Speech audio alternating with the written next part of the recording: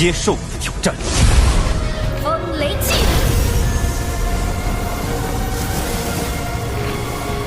Алмазное тело гиганта Сяояня и вправду очень мощное. Когда Сяоянь его впервые применил, то своей мощью поразил всех. В оригинале оно называется «Стеклянное тело Кинг-Конга», вероятно из-за своего яркого блеска и сияния, но его крепость не хуже крепчайшего металла. Вот как раз в битве с фракцией Духовного Неба Сяоянь проявил эту новую технику класса Тянь во всей красе. Как эпично он появился за спинами врагов, сияющий золотой гигант. Сяоянь одним взмахом руки буквально расплющил Яхуаляньцзюня. Также он поступил заместителем главы фракции, что было на 9-й звезде почтенного воина. Очень классная техника, мне нравится. После этого Сяоянь с командой сразится с древним небесным питоном.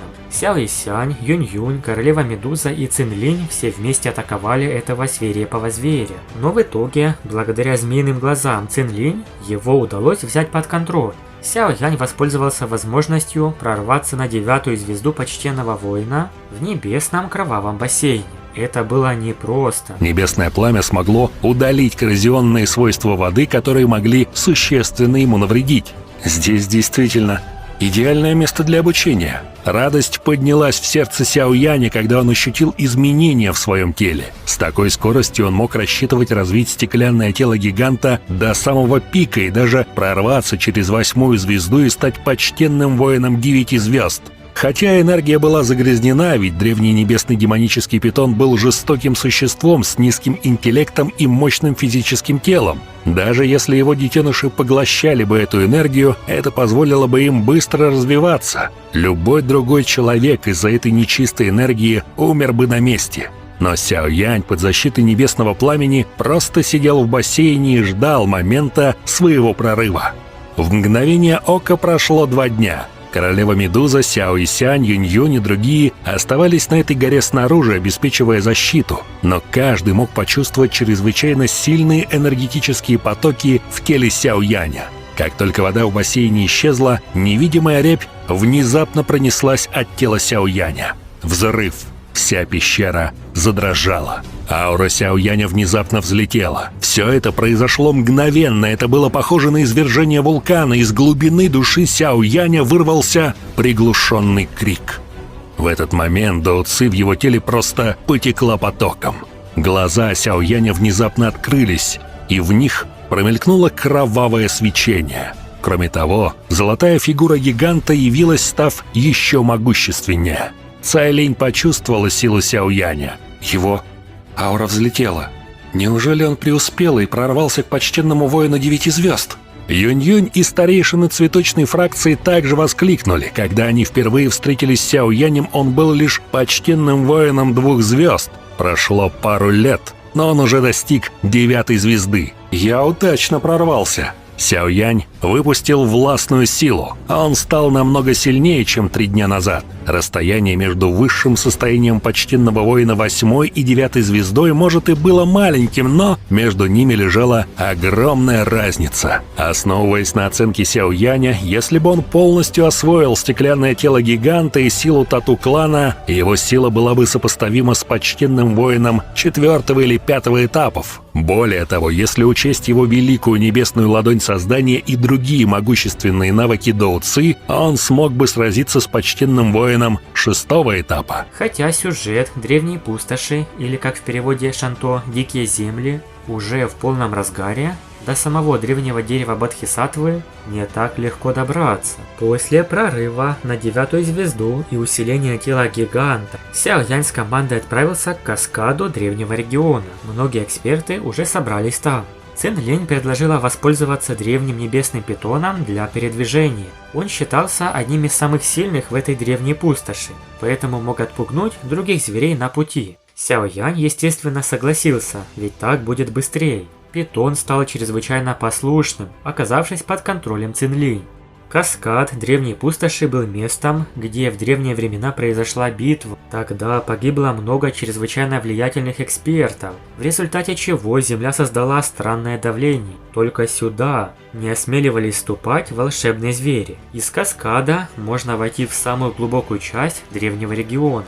Поэтому все фракции решили прийти в это так называемое безопасное место. Сяо Янь с командой ступил на большую площадь в пустыне. Здесь собралось поистине много людей. Сяо Янь велел своим девчонкам быть осторожными. Хотя, увидев так много людей, Сяо Янь немного расслабился. Но он понимал, что даже свирепые звери в диких землях были не столь опасны, как люди. Появление группы Сяо Яня, естественно, привлекло внимание. Кровавый запах этих людей действительно плотный. Взгляд Сяо Яня прокатился по толпе. Казалось, что эти эксперты сформировали группы для охоты на свирепых зверей. Наконец, он заметил знакомые фигуры. В тот же момент прозвучал холодный голос. «Ты не войдешь сюда! Проваливай!» Это была Фэн Цинэр. Племя небесных фениксов ведет себя слишком нагло. В этот момент к Сяо Яню подошли представители клана Гу.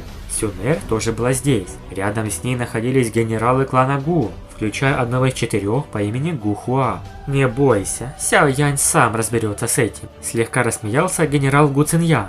Он, естественно, уже понял, что Сяо Янь стал истинным почтенным воином 9 звезд. Хотя аура Фэн Цинэр была немного странной, Сяо Янь смог в прошлом победить Гу Яо, который превосходил его на 3 звезды. Сейчас о Сяо Яне вообще не стоило беспокоиться, когда он прорвался на пик почтенного воина. Гу Сюнэр кивнула. В то же время Сяо Янь спокойно поднялся на пьедестал в центре площади, не обращая никакого внимания на слова Фэн Цинэр. Ее лицо исказилось от злости, и она решила атаковать его мощной энергией. Однако Сяо Янь легко остановил ее удар и обратил силу против нее, вызвав пламенный поток. Фэн Цинэр тут же высвободила могущественную ауру, полную древней силы, и в воздухе прозвучал крик Феникса. Эта аура напоминала аватар древнего Феникса, который умер бесчисленное количество лет назад. Сяо Янь понял причину, почему аура Фэн Цинэр взлетела. Все дело в мертвом небесном Фениксе. Фэн Цинэр ненавидела Сяо Яня за страдания, которые испытала. Она поведала, что произошло. Племя забрало останки древнего Феникса, но его кровь была загрязнена. Чтобы получить чистую силу, они пересадили кости сущностью крови молодым членам клана. Всего выбрали 10 кандидатов, которые прошли через пересадку костей в племени, но выжить удалось лишь 2.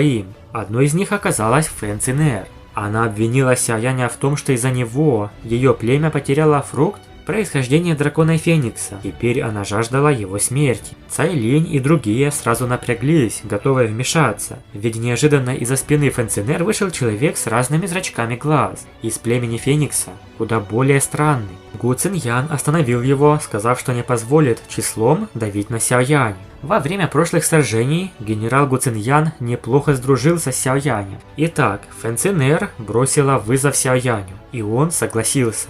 Он смело вышел вперед. Ему нужно было показать силу, ведь вокруг собралось много экспертов, и он не мог отступить. Фэн Цинэр была на 9-й звезде почтенного воина 3-го этапа. Сяо Янь четко понял, что ее сила поднялась, но она не может ее контролировать. Она атаковала изо всех сил, но плотное пламя Сяо Яня обернулось вокруг него. Сяо Янь был довольно расслабленным. Фэн Цинэр не ожидала, что не сможет подавить Сяо Яня даже со своей нынешней силой. Как ее самолюбие могло выдержать это? Но это была не ее сила. Резкое увеличение мощи Фэн Цинэр было связано с полученным скелетом небесного Феникса. Сяо Янь лишь усмехнулся. Он не стал отступать или даже защищаться. Засверкал яркий свет, и Сяо Янь легко отразил всю мощь Фэн Цинэр. Далее каждый услышал звук шлепка по лицу. Тело Фэн Цинэр отлетело назад, а на ее лице остался отпечаток руки. Когда Сяо Янь получил наследство Сяо Сюаня, он не начал безумно увеличивать свою собственную силу. Вместо этого он сделал все возможное, чтобы подавить ее. С другой стороны, Фэн Цинэр пошла на все, чтобы как можно быстрее попытаться поднять свою силу. Но это был неестественный метод. В итоге, по этой причине Фэн Цинэр никогда не станет мнимым святым, полагаясь на чужую силу. Она так и останется на уровне почтенного воина 9 звезд навсегда. Теперь с командой клана Гу можно было двигаться дальше. Но проблема была в том, чтобы попасть в самую глубокую часть региона, где находится древнее дерево Бодхисаттвы, нужно пройти через огромную армию свирепых зверей. Они окружили весь этот регион и охраняют его. Чтобы приблизиться к дереву, придется пройти через их бескрайнее море. Все уже пытались это сделать в последние дни, но звери каждый раз блокировали путь и заставляли людей отступать. Среди них есть несколько особенно сильных зверей, с которыми трудно справиться. Сяо Ян теперь понял, почему от присутствующих исходит такой сильный запах крови. Они действительно пытались прорваться сквозь блокаду зверей. Сейчас всем нужно объединиться, иначе никто не сможет пройти. Временный союз предложил один человек. Он был из зала душ и относился к клану Хунь. Более того, он один из двух молодых наследников, которые могут стать будущим главой клана. Сяо Ян был шокирован. Он увидел мужчину в черной одежде, с длинными черными волосами. Его лицо было белым как нефрит, и создавалось впечатление мягкого и дружелюбного человека. Но Сяо Янь почувствовал острую опасность. Он знал, что клан Хунь загадочный и могущественный, и его члены необычайно сильны. Сяо Янь подумал, что такой внешне доброжелательный человек может быть куда опаснее других из-за своей хитрости и умения обмануть других. К тому же, если он действительно один из будущих лидеров клана Хунь, то справиться с ним будет крайне трудно. Даже Хунья, известный среди молодого поколения, не получал такой высокой оценки. Его зовут Хунь Юй. В клане Хунь конкуренция невероятно жестока, и судьба проигравших обычно ужасна. Ходят слухи, что Хунь Юй никогда не проигрывал с самого рождения. Все его соперники всегда падали перед ним. Кроме того, он обладает божественной родословной клана Хунь. Гу Циньянь тоже вмешался в разговор и сказал, что Хунь Юй отличается от других членов клана Хунь. Обычно они сразу же нападают, чтобы вырвать душу, но этот человек прячется за дружелюбной маской, хотя в душе он холоден и безжалостен. Сяо Янь уже решил в сердце, что если представится возможность, он должен будет убить Хунь Юя. У них разные пути и разные цели. Они враги по своей сути, поэтому он заранее заложил намерение убить его, понимая, что промедление принесет только беду. Затем Сяо Янь посмотрел на толпу. Здесь собралось не меньше 1000 человек, и все они были сильны. Они собираются начать полномасштабную атаку, чтобы прорваться через армию зверей. Ку Сюнер кивнула. Как только люди организуются, они снова попробуют пробиться. В одиночку ни одна фракция этого не сделает, потому что зверей слишком много. Чем же закончится это противостояние свирепых зверей? Большое спасибо за просмотр. Напишите в комментариях, что вы думаете о двух появившихся экспертах, Фэн Цинер и Хунь Юй. Подписывайтесь на канал, ставьте лайк и всем пока.